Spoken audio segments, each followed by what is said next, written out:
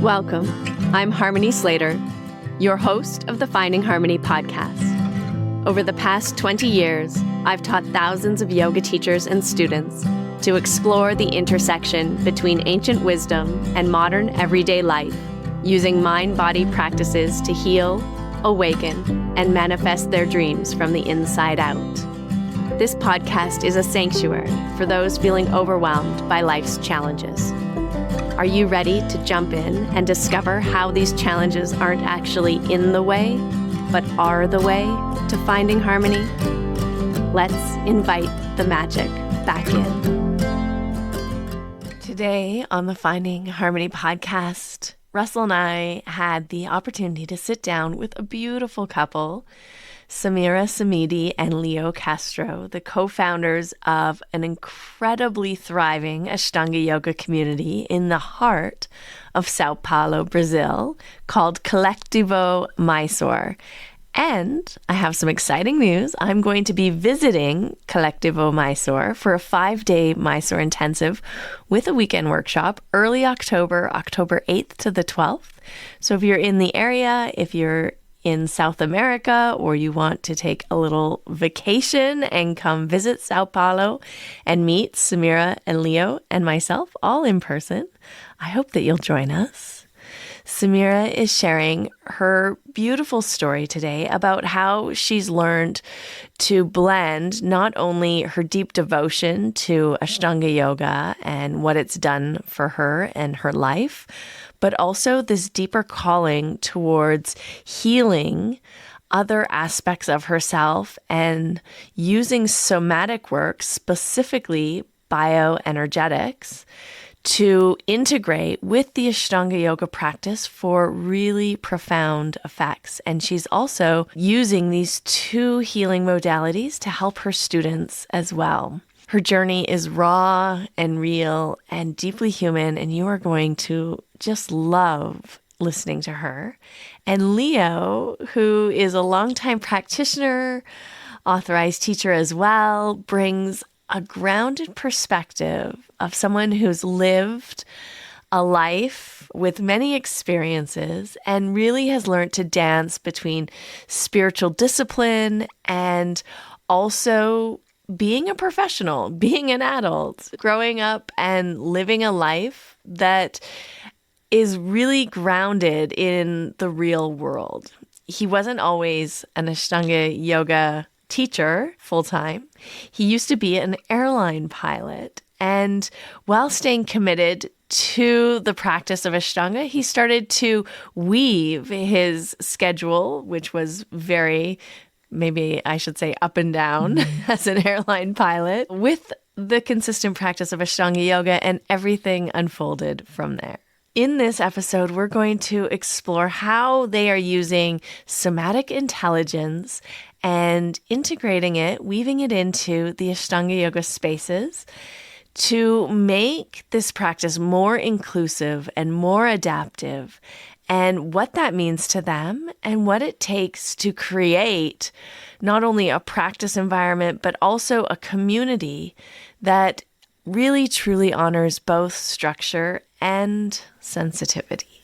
So I cannot wait for you to listen to their wisdom. This was such a wonderful connection we had, and I'm sure you yourself will benefit from their stories as well as the insights they've gleaned from their years of devotion and dedicated practice. And I hope to see you in São Paulo in early October later this year. As Viktor Frankl said, no act of love, no matter how small and insignificant, is unobserved. It's all recorded by God. Wow. And so that's what helped him get through his experience at Auschwitz, was that, any kind of artistic act, even if you just make yourself like a little paper airplane out of the detritus on the field next to the fences. It's like, oh, I've done something beautiful. Wow. Just to say that Leo said something amazing and we didn't record it. And so, so nice. God did. God recorded it. Yeah, it was the most simple thing, actually, that it's an honor for us being invited to talk to you both. And we're delighted just to be here and to be present with you. Well, this is very exciting. Now, Harmony, you're going to go visit them in Brazil. Yeah. And you're not inviting me again to one of these things. Oh, I guess I'm a little expensive. You're gonna miss all the Brazilian parties and stuff. No, I'm kidding. This is what people think. My wife thinks that she's Brazilian. She comes back. I feel so in my heart like a Brazilian.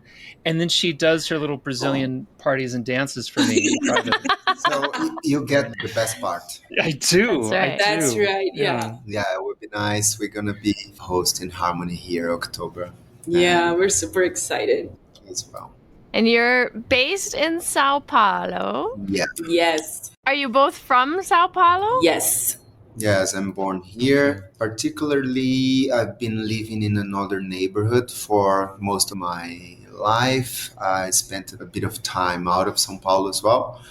But here downtown, where we are located, living and having a shala, been for 4 years, but she's more experienced with downtown experience.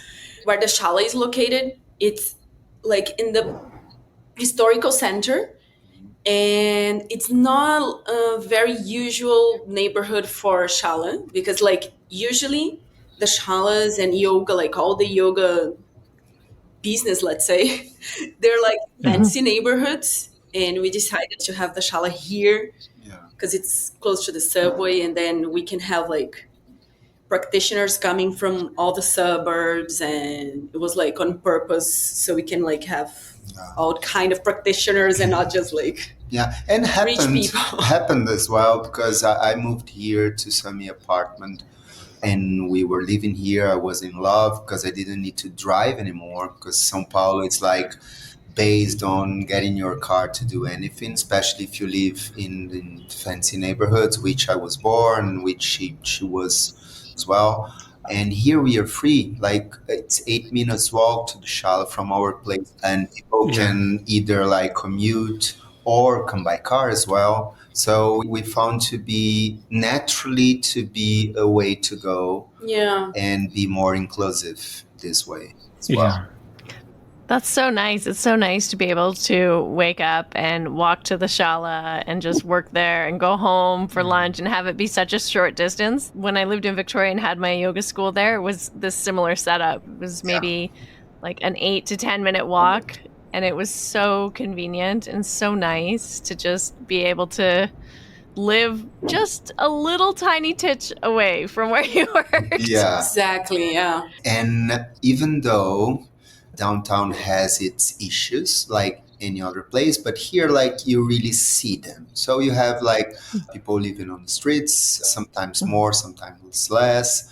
Don't have much of robbery, like this is not okay. Not a violent place. Not a violent at all. But it's like not all beautiful and so on. But seeing life on the streets, which some neighborhoods don't, because the people are always inside cars, it's so pleasant. And you see this new business run by young people like us. I mean, her. And like we meet like students, practitioners of the shala on the way, because a lot of them live around. That's so nice. Can I ask, you two seem like a couple. You look like a couple. By the way, we just got married in India. Oh, you did? You got married in India fact. in December. Yeah. This December. I felt it. Yeah. Congratulations. Yeah, I felt something. They were there in December to practice with the ghost of Shiraz. That's what it was. I don't know if it was like only the ghost or the picture with the ghost. I texted my friend Prakash and I sent him 50,000 rupee, and I got my certification. You see? I'm very excited. Yeah, it's exciting. And he's going to send me the certificate. I saw Prakash like doing a lot of like phone messaging. Even though he's seated in front of the old shala forever, he was organizing some things like this. Yeah. I got a rebate for every referral.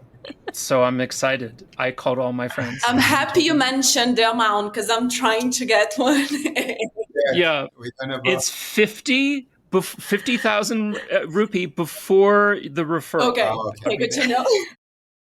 How was it though? How was your time in Mysore? It wasn't your first time there. You'd been many times. But how was it different, and what was the energy or the feelings? Over the years, not as much as you guys, but over like the 6 trips and a few more trips of not practicing with Sharaji, but going to India anyways. Around these 10 years going to India, I got more and more fond of being there. So, yes, there was like this devastating thing of doing the trip knowing that would not be normal. Yeah. But with the passing of the days there, I started like just seeing so many things that I still love and they're still there.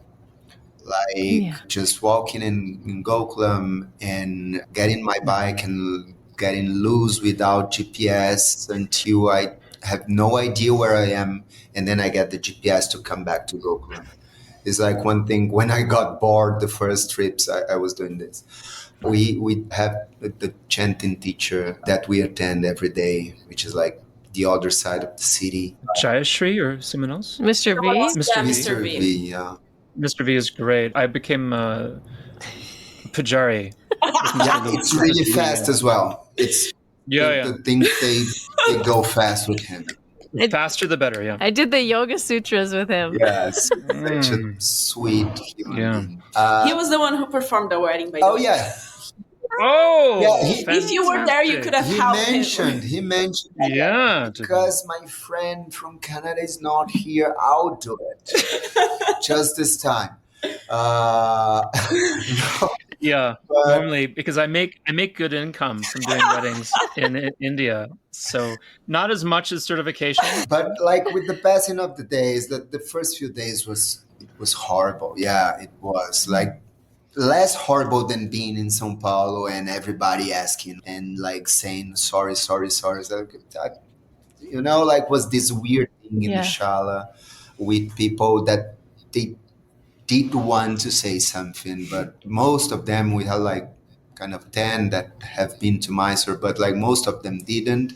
And they tried, but when we got there, we got to be with people that were passing more or less through the same thing. The beginning was this, but through the time it was lessening. And the Shala experience, I don't know, like December and January, we were to stay just December, and then we decided to stay December more. was sad, like super sad. You would enter the shala and like I couldn't get it, like what's going on, because there was like this grief and sadness, like this was the vibe, Also the first days, everybody would cry like in opening mantra, like so. Like during a funeral. Yeah, every day. Well, he had recently passed, right? It had only been about 2 weeks or 3 weeks. Sarasvati, the ceremony of the family, Shruti and the family, and the ceremony of everybody practicing and crying inside the shala. Yeah. But at the same time, it was such a powerful and deep yoga, let's say, experience. Because for me, it was like I'm driving a lot in the middle of the night to go to a shala, and there is no teacher. There won't be new asanas. There won't be like, there's not like it's like super karma yoga. There's nothing, like no expectations, because I'm doing this for like nothing basically. So it was powerful in the sense, Yeah, just for yourself. Exactly. And it was intense. Like after that, the things started moving, and we are like all humans, and the talks and the relationships and the things. And by what I heard from February, seems that there were things to acquire again. See, and I'm not judging it, and I don't want really to go inside, because what the point? I have nothing to do with that. Even if I pay you, I'm not in the short list to be certified anyways. But what I see is that like just the human relationships after like the dust sits, they go again to what we are craving for things, expecting some things. Exactly. And Yeah. that's what it is. No judgment. Mhm. We didn't have enough time there to expect something. So we just got this cut of openness somehow. You got your marriage certificate. Yep. This costed in gold, actually. In diamond, because we talking to Mr. V, like communicating with Mr. V, like, oh, how it should be. Oh, I'm gonna check stone for ring. And then he checked hers. Based on the audition, he was like based on doing the the audition. Yeah, yellow sapphire is good for your fiancé. Okay, sir. Okay. Oh, I have one yellow sapphire right here. In another book from the booklet, no apps with him, old style. Then like Yeah. turning page, 921. Oh, for you, diamond is good. No, sir. Check again. Yeah, check again. So yeah, we got the marriage certificate. By God. Nice. And a couple of jewels and gems to go Yeah. along with it. Yeah. We pictured it like, oh, that's nice. We're going to Mysore. All of our friends are going to be there. Yeah. We can like Before. host, I don't know, something in Nanoki, and it's going to be super fun. And then, Sharajip. Yeah. And then we Gone. consider canceling, but, we were Yeah. there. And We felt it was like 6 people and Mr. V and Yeah. his That's nice though. It's so intimate. arrangement. Yeah. It's so interesting always to talk about in such a frank way, and that was really beautifully said, Leo, about how natural it is to have ambition and how easy it is for the teacher to offer a goal to reach as a way of motivating the student. And you see this in every discipline, whether it's just a job where you can get promoted, or in karate where you can get another belt in a different color, which is so nice that it's a different color. But it's all meaningless. These meaningless affectations. But we give them meaning. We give them meaning. We project onto the meaning. Right. And it makes me wonder about these guys who went in the 70s from Montreal. Darby. Joanne and Darby, or Tim. David Williams. And they went... And they went for like this kind of hippie experience. Like they were there to tune in, turn on, drop out, to get out and not be attached to materialistic acquisition. But like in the 90s, like our MTV generation, like we were there to buy microwave ovens and TVs and then get certified for our knowledge. We made a transactional relationship with Pattabhi Jois, and it developed. As we came to him with acquisition, he created authorization because there was a market for it. Because so many of us were never going to be certified, but like all of us could get authorized. It's like, well, we can start making transactions here, and this would be great for all of us. Pretty soon, authorization was more expensive. My last trip in 2017, authorization was more expensive than certification was on my first trip in 2004. Yeah. But the construction of this acquisition was organic, and everybody was happy.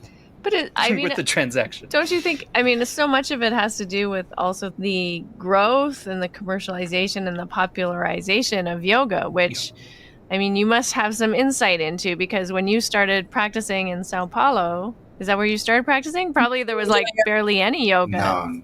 I think there are 2 things inside that. One is this market behavior.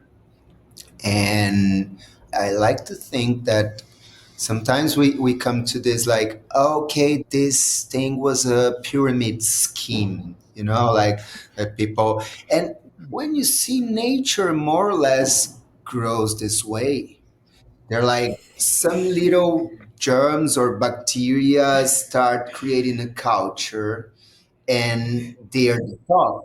And then the base get bigger, bigger, bigger until it's like an amount of energy that cannot hold itself anymore and just collapse.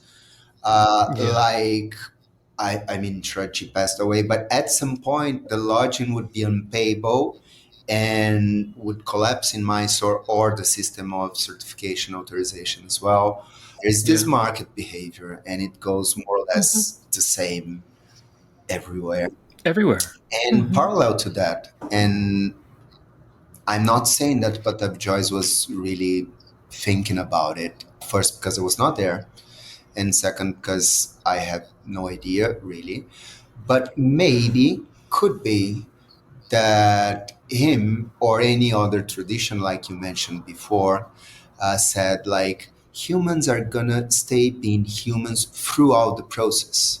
If they keep practicing in the meanwhile this method or that method or any other method, insights will come. Then they maybe will be able to sort it out a little better, to use this word, their decisions and so on, and maybe any of these methods could help people. Absolutely. How can we not be who we are? There's no way out. There's no way out. Yeah. You do participate in the system as it is, but the system is there. We're part. What we try not to is like call it a blessing so much. We try not to use this word so much because even though we consider with the authorization process, even it's like it's a system, we are aware. It's like you mentioned, it's amazing, like being in tune with your ambitions and knowing that like you're a human being. But we're clear. I mean, I'm clear now, not anymore, but I don't call it so much a blessing. Yeah, I've never been a big fan of this blessing. What would you call it? That Guruji forgot to authorize me until I was there for enough time for him to remember. Like you were always authorized. He just had to remember who you were. He had to remember. And actually, he did need to remember that he did not authorize me until he did authorize me. So, but I was there. I was there living my anxiety. I was there struggling with the asanas. I was there having fun with friends eating a lot. And I was there like living whatever it was for me to live there till it happened. Something that I was truly expecting. And I was having like a totally different job at the moment, so I didn't have like a financial drive for the authorization. I was working as an airline pilot, so I was sorted out. But I was really expecting, and I was like sleep in bed on my fourth trip, and like time's ticking tragic.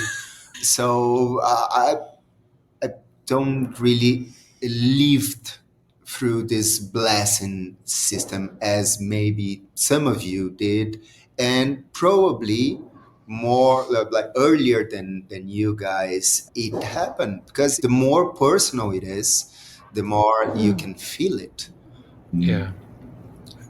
It doesn't mean that I didn't live a really personal exchange with Shraji that impacted me in really deep levels. But concerning the authorization from a guy authorized just yesterday, 2018, that was my sincere feeling. And I had no problems with that. Not anymore. That's amazing, because I really is amazing, because there's one thing I wanted to say about falling in love with harmony, so I'm just going to put a red pin in that. The other is that I like... what was I going to say about authorization? Just that, like, I really bullied Sharat into doing it. In 2004, actually, it was my second trip. 2004, I had already finished intermediate. And I told him, I was like, hey, you finished intermediate and you said I could get authorized on this trip. And he said, no, you really need to do 3 trips. I said, hey, You said 2 trips. Don't forget your words. And he like rolled his eyes like, yeah, fine, but don't tell anybody. I was like, yeah, okay. Give me the fucking authorization. I'll get out of here. You know? And that's how I got it, you know, and I paid him $100 and I fucking got out of there with an authorization. And that was 2004. Yeah, and nowadays And, probably you pay $100 to go by rickshaw to the shala. Yeah, $100 just to get the meeting, just to pay Usha the bakshish to get the meeting in the first place. But I want to say that the profound thing that you said was this thing about remembering, and like anything that happens is actually remembering, just like enlightenment is a remembering of who we actually are, which is pure consciousness. And that was so much like when Harmony and I fell in love. I had known Harmony forever, like since the beginning of my trip to Mysore. And like then 2017, I kind of just remembered that I was in love with her and totally in love with her. Wow. And that's what it felt like. It was like she was just kind of a flirty, bitchy, not talking, kind of somebody that was an irritant at best in my life. And then suddenly, like, I've been totally in love with you this whole time, and I had no idea.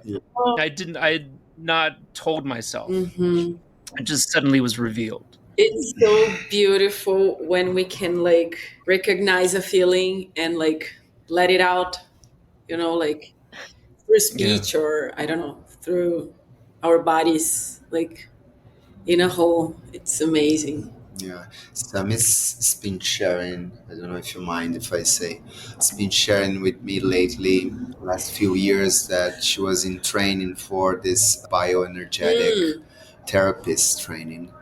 How much during the training they're like encouraged to find where the emotions are in the body, because the body is like so covered up with things and their dynamics and so on, like they just suddenly burst into tears or into laughter or something like this, and they're like, you can say better, but like taken to pinpoint sometimes where this was, and it seemed that it was always there. It's exactly like you said. It was like you had to bring it up, but it can be very scary, right? Depending on the emotion, depending on like what's coming up. And not being loved with a beautiful woman. Yeah, like no, this, not that. This probably is not scary. This is one good thing that can come up. I bet the rest of the things that came up throughout your life were Worse. maybe There's been good and bad. Yeah. I'm curious because I love talking about this topic because there's an excellent book by a neuroscientist, I forget her name, Candace Pert, I think is her name, called The Body is Your Unconscious. And it talks a lot about how we store and all of these unconscious emotions in our body. And that memory, you know, often we think memory's in our brain, but it's actually throughout our entire body. Exactly. And I'm curious because you're both like deep practitioners of Ashtanga yoga, and I have my own theories about this, but I'd like to hear what your experience is, because when you're going through this training, it sounds like it requires kind of a slowing down and a presencing of sensation in the body in order to like tune into what is there at a sensation level. And then that leads into, I'm guessing, because I haven't taken your training, but I've taken other types of somatic emotional embodiment training where then you tune into the emotion and maybe you speak from it or you release it in some way, something comes up around it. Is that the type of work that you're doing? Exactly. And actually, to be 100% honest with you, it's tricky because I've been like trying to connect Ashtanga and bioenergetics. And in some points, it can be very hard, but I'm finding my way. For example, in bioenergetics, if you feel pain, for example, you step in, I don't know, you step in something and you feel pain, you're encouraged to let it out and say, I don't know, oh my God, it hurts a lot. I don't know. You have to like let it out somehow and give the opportunity to your body to manifest what's happening. And in yoga, in Ashtanga, we're encouraged to let the sensation pass and breathe deep. Mm-hmm. And what I'm trying to do is like find balance in the two techniques. But it's amazing because actually it's been giving me support in my practice, not in a direct way, in more like a subtle way, but to the students of the Shala also. Because it's amazing to be able to not necessarily move like a robot every day. Things are gonna rise. Yoga is gonna bring up many stuff. And having like Yeah. another two that is not just Ashtanga to deal with it, it's been really nice. Yeah. Honestly, I think that the survival, the evolution of the practice has to incorporate this work. Otherwise, it's my biased opinion that I agree. that you're just suppressing. You're not actually like being with. It's not actually working therapeutically. You're just kind of learning to spiritually bypass all of your emotions and your sensations rather than Exactly. be with the reality of them arising. Can I give you an example, and you can tell me if that's what I'm doing? So, I'm walking the dogs, and I'm out, and I'm observing nature, and I'm in a good place, observing and feeling good, and feeling my breath, and I'm feeling kind of like a sense of oneness in nature. And then I trip, fall, bark my shin, and I feel an explosion of pain in my shin. And I get up and I breathe and I try and transmute pain into some other sensation that I can manage, like heat. This is just heat in my shin. I feel heat there. You can call it pain or you can call it heat. And then I keep walking. And I try my best not to like shout or scream or do anything. I just like, that's heat. And identify it, move on. So what am I doing? That's the perfect example because it's like when you're learning something, we encourage people to let it out because usually we don't do it at all. So at the beginning, you scream, you learn to use your voice and use your body, and then at some point, I've been feeling that you get more like skewed, and for example, you're able to do like you would like the example you just gave me, like breathe and feel it. But seems like most of our lives, what we've been doing is like hiding and covering emotions because like the expressions of them are like probably we feel like it's too much for people and the person's not gonna, the person won't be able to handle what they're gonna it. think if I just scream out of Yeah. blue here. Yeah. Exactly. Cultural oppressive. Yeah. Like the famous like burp in a Mysore. I love it. That's right. Sorry, Harmony. It's in advance. It's always to the left side. I'm letting you know. So you're. It's always to the left side. I'm not much of an anatomical guy, but there's something there, and it's good. It feels good. But Sharat really hates it when you fart next to him. I noticed that. This is the second podcast. He will move on.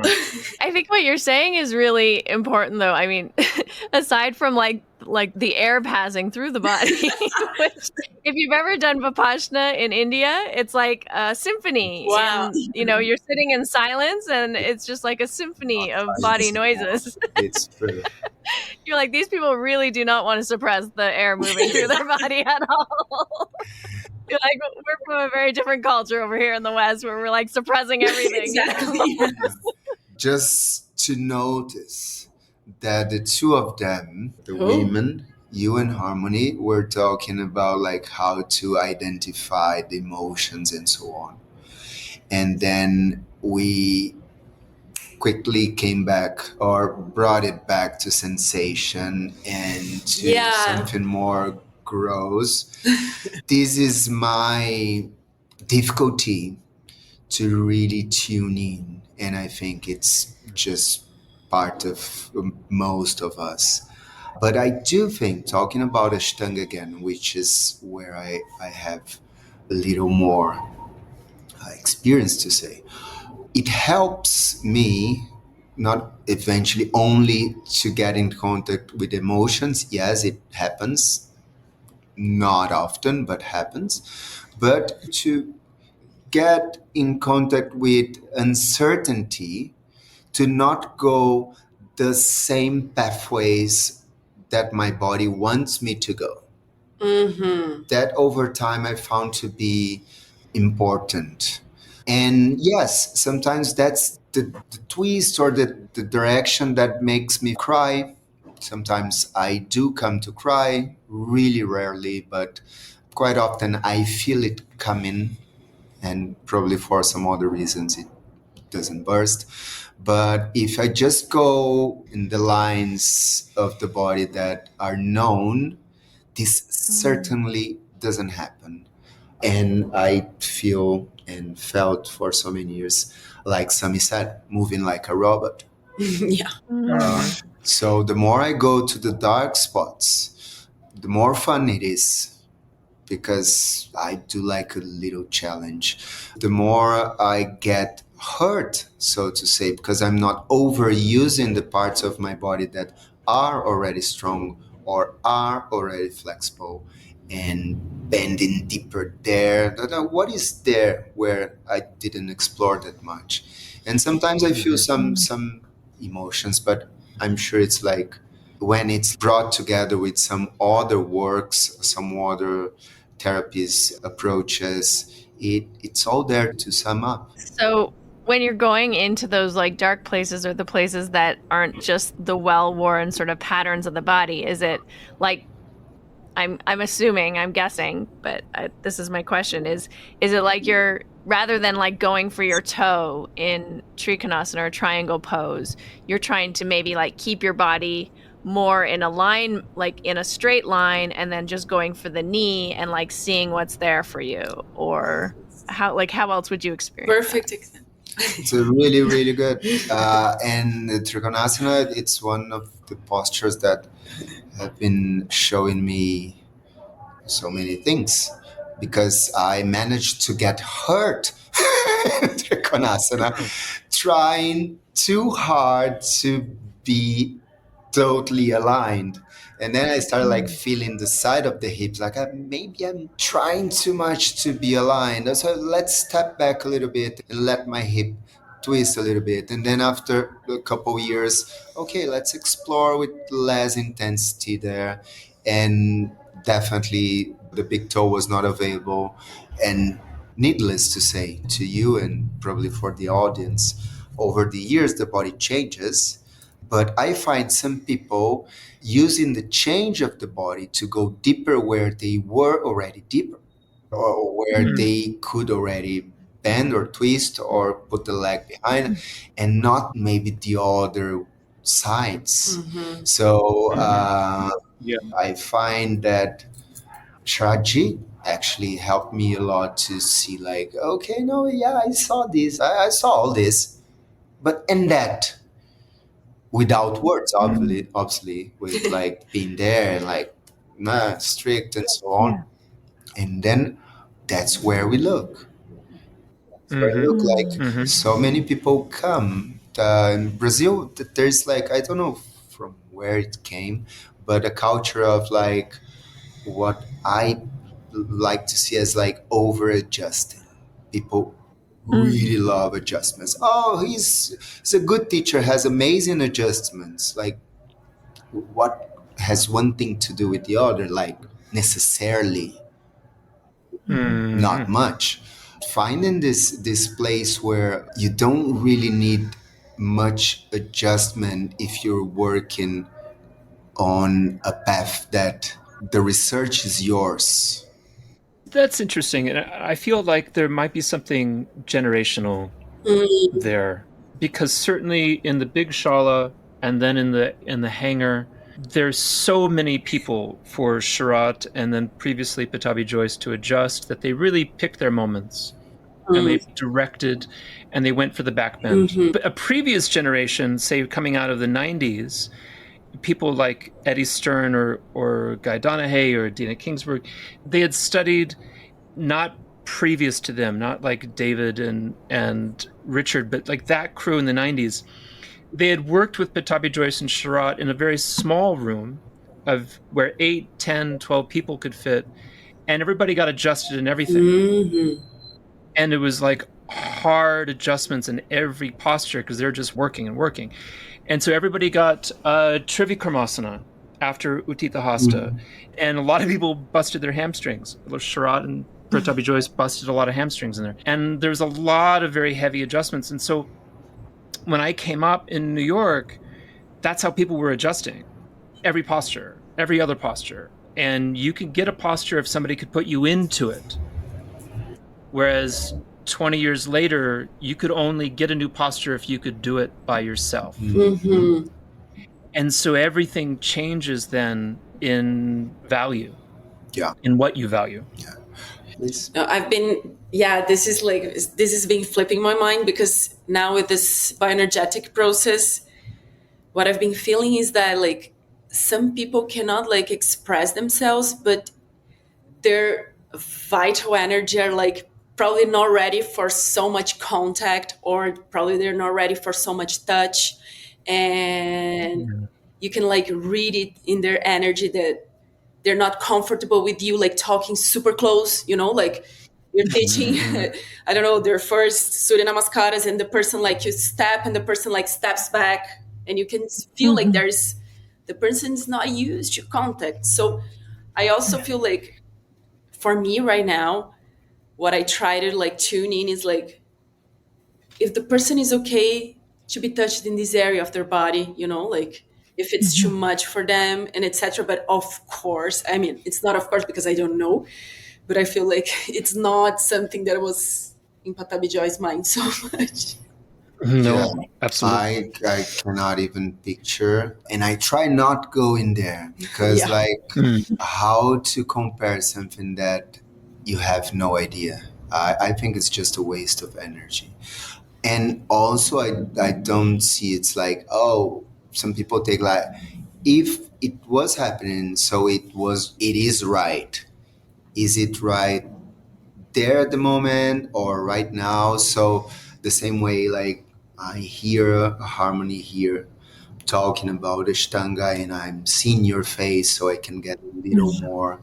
And like we met briefly in Mysore, and I heard like old talks of you and so on. Older, you've changed. We all did. Yeah. So Sami said about this dynamic with the new student and so on. I also don't see we don't do this in the shala, like the thing of like a paper. I don't want to be adjusted Yeah. and like too much of talking in a sense. Can I touch you and so on? Because once we start to put like symbols, either graphic symbols or sound symbols, we go to the mind, and then a beautiful part of this practice goes to ways that is connecting and transferring experience from body to body without the third party. But I feel that there's a difference of adjusting to kindly showing a possible way that body can move, and I'm not saying should move, because I don't know what anyone should or should not do. It's not up to me. But we see with the experience of practicing for a little more time, it's like, oh, there's some space there. If you twist with the hand, if you twist first this way and then move that way, it goes, and your hand shows that arm the way. And oh, it's true. Comes a sensation with this. Okay, learn with the sensation and not with the hand that you grabbed. That's it. Yeah, I love what you're saying. And I'm curious with like the bioenergetics, because like with spinal energetics, it's very light touches on the body, which when you're receiving, your mind moves in, and then you're like trying to sense into your energy field, because you can also sense no touch on the body, right? Like as both a practitioner and a facilitator. So you're like more tuning into like your energy body and the feeling that you're experiencing energetically. And I think there's something to what you're saying, around the hard physical adjustments that, maybe we were used to receiving, in the good old days, but it actually like dulling our a little bit, because Exactly. when you're used to getting that very physical hard adjustments, that becomes sort of where you're like holding the space for, is that physical hard adjustment. And that's, you don't respond unless you get that level of intensity, rather than having what you're saying, like more very sort of gentle or even just like energetic adjustments, which can be extremely effective. But then as a practitioner, you're responsible for tuning in more. So it's like more helping you to tune into your own energy body and your own physical body and feel the subtle sensation, which to me is more like moving the mind into a deeper level of yoga or integration with the energy, body, mind, everything together. That's beautiful. Because our presence is already a touch, like a kind of touch. There are people that are like, there's a student here, I'm super connected to her, and I feel like she resonates a lot with me. I don't know, I probably adjusted her in Uchita Hasta once, I don't know. But I know she can feel like that I'm looking at her, that she can feel my gaze. I don't know. She feels my presence, and I know that we resonate to each other. But I don't know, I barely touched her. And this is the thing, there are other kinds of touches. Yeah, and you've probably had the experience even as a teacher where you're like, you see a student, you're looking at them, you think, oh, you point your toe, and then they point their toe. And you're like, yeah, perfect. And then just keep going. Yeah. Like there's so much psychic adjusting that goes on. If you walk in a person's direction, and then they'll shift. Yeah, it's like, because your fields, right? It's like you can affect the energetic field of someone. The mere presence of having a teacher hold the space or a witness in the room changes. It's already a lot. And another layer to that, which again reminds me a bit of how Shraji, at least the time I had with him, which was like mid 2015 to last year. What if a teacher over time is able to work in both ways? Not mention like strong, violent adjustments. This is out, surely.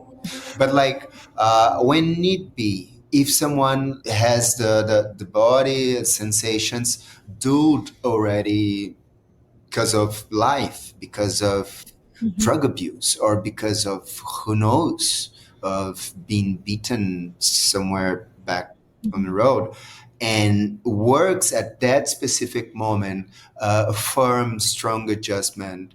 Firm voice, I don't know. Firm voice to that person, but the person next to her, a guy that maybe it's a huge guy, but for him works better like this directional energetical adjustment. And as a teacher, maybe we can sense, and not being like we were saying, like the practitioner as a robot, but so many teachers are teaching as a robot. Yeah. This is my way. You adapt to my way. You student or you poor practitioner. Yeah. So there are different people. And here we see, like, we joke, like, we know to some people of the Shala, we are downtown São Paulo. Some people of the Shala would love to have like an ashtray by the entrance.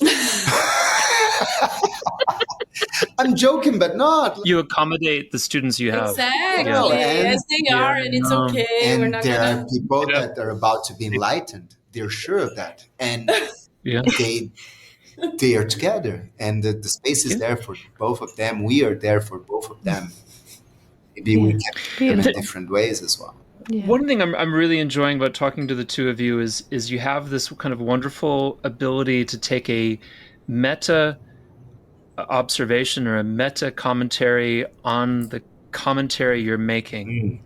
And so you can look from above at the words that you're using, and it's really beautiful. And I think about how in this conversation we're also kind of in service to, for lack of a better word, in service to the circumstances that we have today. And so we are post Me Too. We are post Patabi Joyce's personal Me Too. We're in a circumstance where hundreds of people were in the room, and we're looking energetically at the body. And this is a kind of karma for us. That this is our karma, that we are subject to these circumstances. And I think about early in practice, I would be very confused about injuries. And people would say to me, is like, oh, you got an injury. That's an opening. And so when Patabi Joyce ripped open your hamstring in Trivikramasana, or he split your pubic bone in half in Krakitasana, which has happened, those are openings.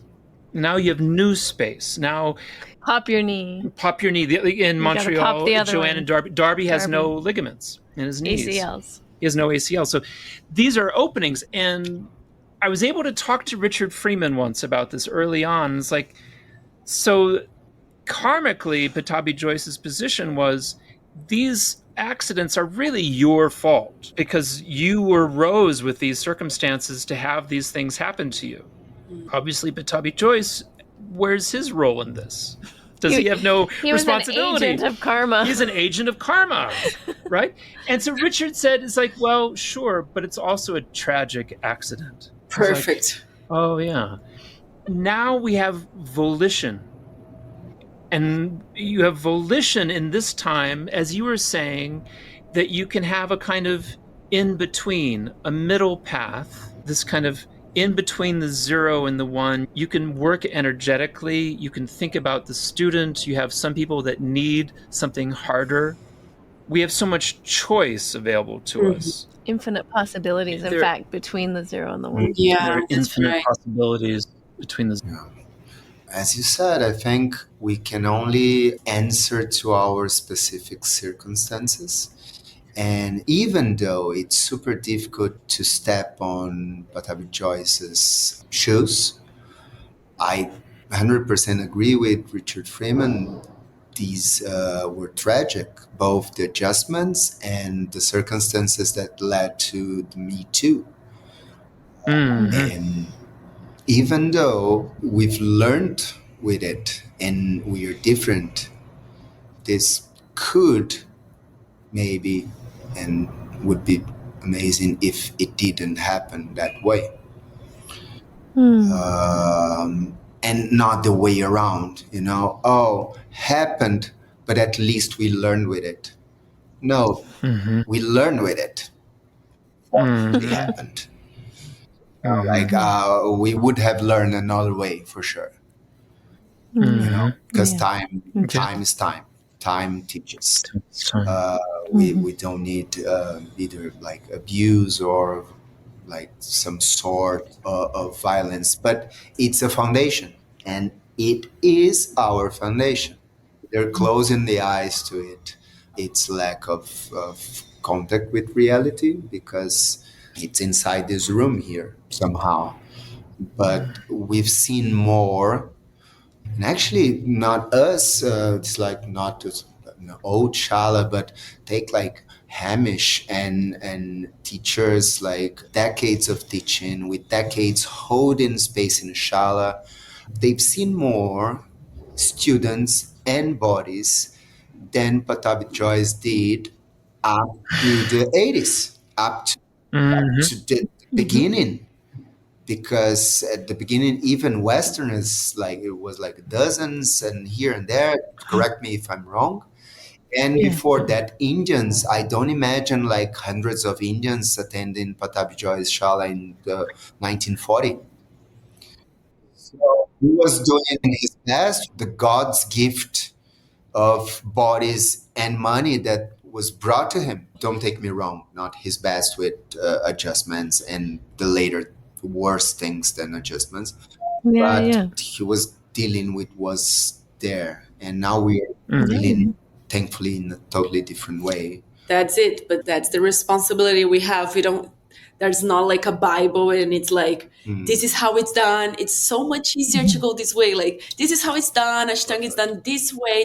These are the vinyasas. This is how it's disposed, is adjusted. It's so easier. But feeling like from one to infinite possibilities and like tuning in with the practitioner and feeling like what's right for each one. This is This is like our responsibility, right? And that responsibility is the opposite of orthodoxy. Perfect. Yeah. And orthodoxy is fascism. Yeah. Orthodoxy is about disempowering your students and taking possession of them. Yeah. Exactly. Then we teach dependency rather than teach independence. Yeah. And it's easier. And I tell you, because I've been in the military for 5 years. I was not like 1 year like obligatory service. That was this 1 year, and then I stayed for another 4. And it's easier to say something to someone, and if they don't do it, they go to jail. Yeah. It's so easy. You can even pretend you're nice, but actually the person doesn't have a choice. It's Also, it's easier for you too, because there's always clear yes and no, and right. yeah, but like with the body, it doesn't work that way because we are unique. Yeah, better a more difficult path Oh yeah. that includes more people, includes more bodies, includes more habits. That's it. Yeah. Oh, I'm going to only teach people that eat this or don't eat this. Vegan. And Do no, this or don't do this. No. If you drink, no this, yes this, no this. Okay, it has to be 6 times a week. you get Otherwise, a- you're not part of this challenge. You get an army. You put T-shirts. Army with T-shirts. Amazing. Yeah. I'm so curious, was it these feelings of wanting to take the practice like to more people or open it up and work with different people? Like, what was it in your own practice or in your own teaching path that led you to, because like a lot of teachers won't go outside the practice, or they stick really with the body. Like they'll go into maybe massage or physiotherapy or something. Like, what was it about this more nuanced space of energy and therapy that drew you to kind of pull these tools that you were learning, like these new tools, and bring them to the practice? First of all, I always tell this to the students here. I struggled a lot in the beginning with, I still struggle a lot, but but I didn't like Ashtanga at first. It took me like a long time. I kept like insisting and going to classes. At the time I was like, why am I doing this with my life? I hate this class. Like I hate being here. And I was like, at the time, like drinking 4 times a week, working a lot. But something inside me like was telling me that I should keep going, but I didn't like it. And I used to not like the yoga people and the people in the studios, in the shalas, and I don't know. I used to think it was boring. So Used to. but the thing is, I love when people come here to the shala and they don't immediately like click with the method and discipline and etc. And I feel like giving support to people who are not like necessarily Ashtanga yoga practitioners, like they don't like connect immediately. I feel like it opens like doors where I can like give them support in other ways. And actually for me, what I was feeling that, because bioenergetics is really like being grounded in your body, like being grounded basically. And there's so much that comes from the students that if you're not grounded, you basically, my body wouldn't take it, the amount of energy that comes. And so it helped me like to be grounded and to deal with the amount of things that like I receive daily and I process. So it was like, first of all, a strategy like that. And now I feel like the more I go to other tools, to these other tools, the more people can come to me and like talk after practice, and people feel more open because I'm also opening up. So it's been like very rich process. Yeah, that's beautiful. And it sounds like it's helped you to connect to something like deeper within yourself. Yeah, exactly. Yeah. Like the more I assume to myself that I have fear or anger or that I am frustrated, I feel like more people come to me and say, I'm not okay today. I'm angry. or so it's amazing. Yeah. Are you finding that there's ways to use the practice that can start to release some of the emotion or some of these like energetic blocks that we hold in our bodies? What helped me and what I've been trying to share with people is like not resisting what I find, like recognizing my patterns and not like fighting against them, because this is what I used to do. Like, oh, my thoracic is so closed, my shoulder is so rigid. And now it's like, I kind of understand more or less my story and I know like what's going on with my body. So instead of like wanting it to be different, is that I like embrace it, accept it. And the more I do it, like more the practice flows, even though maybe it's not going to happen like that my chest is like super open, but more towards like accepting the body, like accepting my patterns, accepting what happened in my story that made me who I am. And this helps a lot already. One thing Sami mentioned more than once, and I find it to be beautiful, is that the story that our body shows is what brought us safely to the point we are. And closing our eyes or shouting towards it is just like shouting through to whatever we lived. And doesn't matter if this person believes in like karma, many lives or so on. Yes, could be more lives, but that's not entered that. It's like from being born now, Leo, Sami, Russell, Harmony, up to now, our blockages or our like Armors. shoulder and so whatsoever, they brought us safely, defended ourselves from attacks or this and that. I have a question then, just specifically to this, for all three of you. Harmony and I had an incident in Sweden in the Mysore class. We love teaching together. We love it, and it's our favorite thing.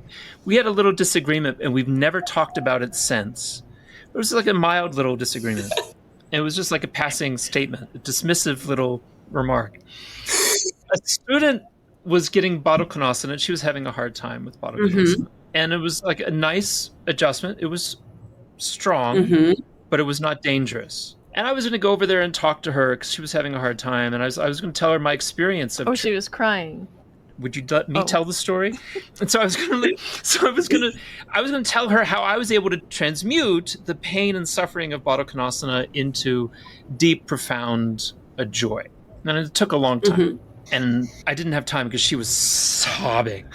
She just started sobbing. And I was like, oh, fuck. Now what do we do? So I laid her down and I gave her some big body cushions and I gave her a eye pillow and like, you just hold on to this, sweetie. And I just like, I would never have done this 20 years ago. I just said, fuck it, that's your now I was like, now I'm being like gentle, like now I'm like nice. Like, here, you take a moment to just sob and cry and hold on this pillow. And Harmony, and after I do that, Harmony says to me, it's like, oh, that's just more spiritual bypassing, Russ. I was like, what? I'm being nice. What should I have done? And is it spiritual bypassing? That's my question. Yeah, there's this thing I taught today, actually, being here. You did this today. The thing is, like, what is it for you? And it's, again, something obvious. But, like, acting this way for you, that was, like, a different pathway that you would have done, like, years ago. Maybe it's the most incredible thing. And if would be done for someone that cared a lot throughout life and at some point said like, oh, this caring of mine was coming from a place that was not transformative or not authentic. And nowadays I really feel to be more objective towards people. And this is actually me. I'm using your example, but was like something like someone did something and looked it one way and I looked and it's like I would have done another way. But the way he did it, I've been studying with him for a good 2 years, like almost 10 years, I think. The way he did is really different than he was doing like in 6, 7 years, 5, 6 years ago. That's nice. Things are happening and changing. And I would have done another way, but then I realized I would have done because I wanted myself to be nurtured, or I would be doing this way because of me, not because of the person.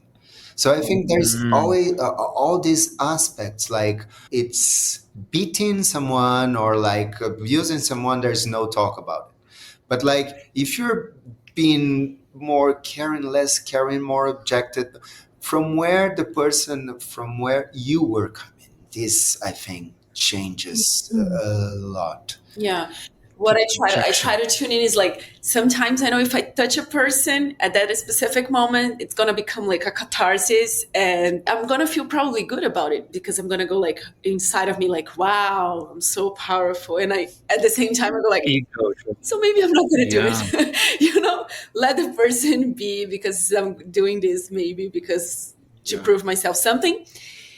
And also this person has to work today. She has to be kind of like, okay. So I try to like go inside my heart, and I'm doing this because I know I can, or because the person needs it. Yeah, what is my drive? If we can access like really from the heart, and as you said, like was a moment right on the spot, was not like, oh yeah, there's this happening, this process with this practitioner, and so maybe I'm going to take this action next week. No, you were there, you accessed something from your heart that happened to be different from you were doing less years back. And I just want to say that this happens to us as well. We also disagree. We disagree. I love disagreement. What's interesting, like when I was learning spinal energetics, is when you have a client, and as a practitioner, your energetic field, which is your history, your mind, your emotions, your ancestors, your body, everything, right, meets a client's energetic field or a student's energetic field, which is their history, their body, their mind, their emotions, everything, right? When the two energetic fields come into contact, then there's that third space, right? Which is the meeting of the two fields. And so if you switch the practitioner, there's a different third space because it's a different body, energy, history, ancestry, everything. And so that example, after we had our little disagreement, that I was like, okay, well, obviously there's something in her field and his field that are creating this third space. So I was like, okay, fine, have fun. Well, did you think that it would be better for her just sit there and cry rather than being coddled? In that moment? Yeah. My approach would have been like, just let her like I was, deal with it on her own. I was like putting out a fire. No, let the fire blaze. Right? Yeah. Letting the fire blaze looked to me inhuman and totally without empathy. But you said, no, she needs this. But then it's like the difference, right? That's so different. But it's so rich, like having the possibility to disagree and talk about that. Like we feel like it's amazing. Yeah. Both positions come out of love for the students. Yeah. Mm-hmm. Yeah. But for either person, the other is so wrong. And then there is this third space. You see, it's the same, and they meet. If you ask the practitioner and she starts telling her point of view, you're going to be like, doesn't matter. It's here. Yeah, and like in the old days, I would have said, shut up, stop crying, and take the adjustment. Fucking breathe. Correct method. Correct method. Stop it. Stop crying. Fucking crunch it. That's my preference. No, you wouldn't have. But yeah, I think like that's really the case. What you're saying is like, if it comes from your heart, and you're being moved to do that in the moment, and you're receptive to the student, I mean, everybody's going to have maybe a different way of responding to whatever, because there is that third space that's being created between the the student and the teacher. And it's not like there is a right way. Exactly. There's better and worse, maybe. I love to think about and use this word that's like hold space or give support. But as you said, Harmony, like we cannot think we are Atman, because it's impossible to think if there is Atman anyways. But to think we are not like interfering. So I hear some people say, oh, I'm here just to hold a space and so on. Yeah, you think you don't have like any qualities, so you're just there? Nirguna. Yeah, Nirguna teacher. No, you hold space. Ramana Maharshi, Whatever you are. Yes, yeah. They're like this inquisitive, or the people that really, you should do it, you should not do it. Then you lost the point. But like you held her, or the idea of Harmony was like to letting it be, and Russell like laid a serpent for her to lay down and be Vishnu there. Not drown in the ocean. Anyways, right at the end.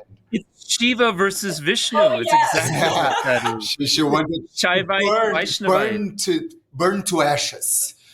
Right here and right here. Just like that. Exactly. That's what happened. So, and what do you do? What do you do when you got someone over here and someone over here? Like you can't. Like you just. That's the way it is. We just coexist. Yeah. Exactly. Hang loose. Hang loose. You just hang loose. Oh, it's so funny. You guys are amazing. I love talking to you guys. Come to Wow. Come to Brazil, Russell.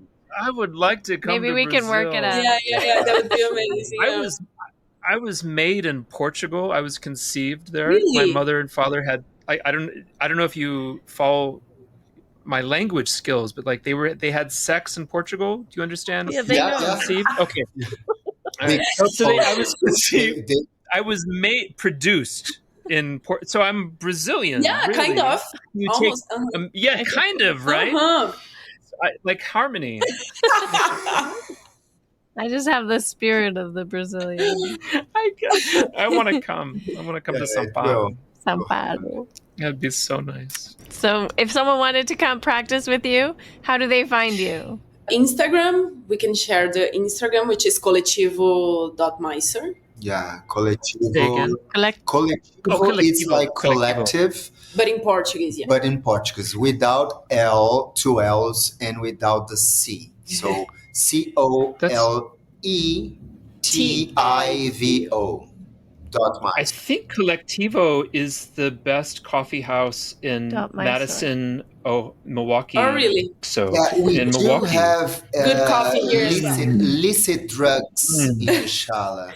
Don't tell anyone. Coletivo Coffee in Milwaukee. This episode is produced by Coletivo Coffee out of Milwaukee. And if you are in Milwaukee, Coletivo Coffee Roasters is a specialty coffee roaster.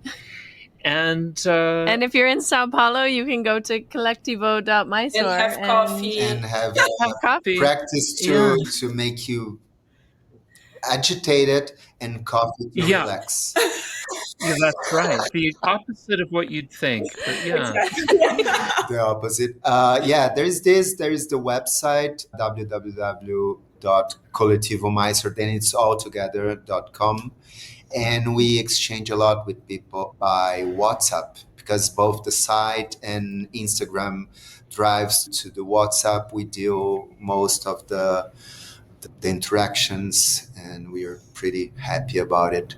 Yeah. And to receive visitors, we've been receiving more and more foreigner visitors, because also like this part of the city is getting more interesting for foreigners, for tourists. So it's been really nice to be here where we are. Beautiful. And so we can have all the foreigners come in October when I'm there. Yes. It'd be nice. Well, we do. And we'll have all kinds of wild energy sessions. Yeah. But also our students, we're super happy they'll have the opportunity to meet you. Yeah. That's good. Looking forward to it. I'm really grateful to Harmony because she gives me the opportunity to meet such beautiful people through this platform, and I'm really grateful to meet you too. It's really nice. Thank you, guys. It was amazing really talking nice to you. Super fun. Live here with you. And the same, Russell, and not only what you said to Harmony, but I say to you too. Me, myself, I met and heard many really nice people through you guys hosting so many. That's right, yeah. For already years now. So thank you. Platform. Thank it's you very amazing. much. Thank you for what you're doing. For it's so this nice. Yeah. service. And it's not a lack of a better word. It's Thank you. Yeah. I feel seen. That's the callback. He's so good with the callback. If you're ready to feel more aligned internally and in your life, I'd invite you to come into the Finding Harmony community. I've created it for exactly that purpose. This is an online space where spiritual practice meets real-life consistency, where we don't just talk about transformation, we live it. Together, we breathe, move, and reflect on the rhythm of nature's cycles. With new moon and full moon meditations, there's replays so that you can catch up on your own time with your own pace. We also anchor into practices like pranayama, meditation, spinal energetics that help you not only feel better and stay more focused, clear, and connected to what matters, but truly start to regulate your nervous system so you can step into your most expansive and abundant life. We do this all in community because accountability, support, and shared intention makes a difference. It's the difference between wishing and becoming, and healing happens in community. So if you want to stay grounded, grow in your practice, and start to bring your vision to life, this is your space. Come and join us inside the Finding Harmony community. You'll find the links in the show notes, and I would love to connect with you this summer. That's it. We've concluded another episode of the Finding Harmony podcast. I just want to thank you so much for doing the work that changes the world, starting with yourself. It truly does make a huge difference. Please make sure you have your automatic downloads turned on wherever you listen so you don't miss any of the upcoming episodes. I have so much more magic I can't wait to share with you. Lastly, if you're on Instagram, I love connecting and hearing from you. So come on over and say hello at Finding Harmony Podcast. And you can also come say hello to me personally at Harmony Slater Official. Thank you again for being here. I cannot wait to share more with you in our next episode.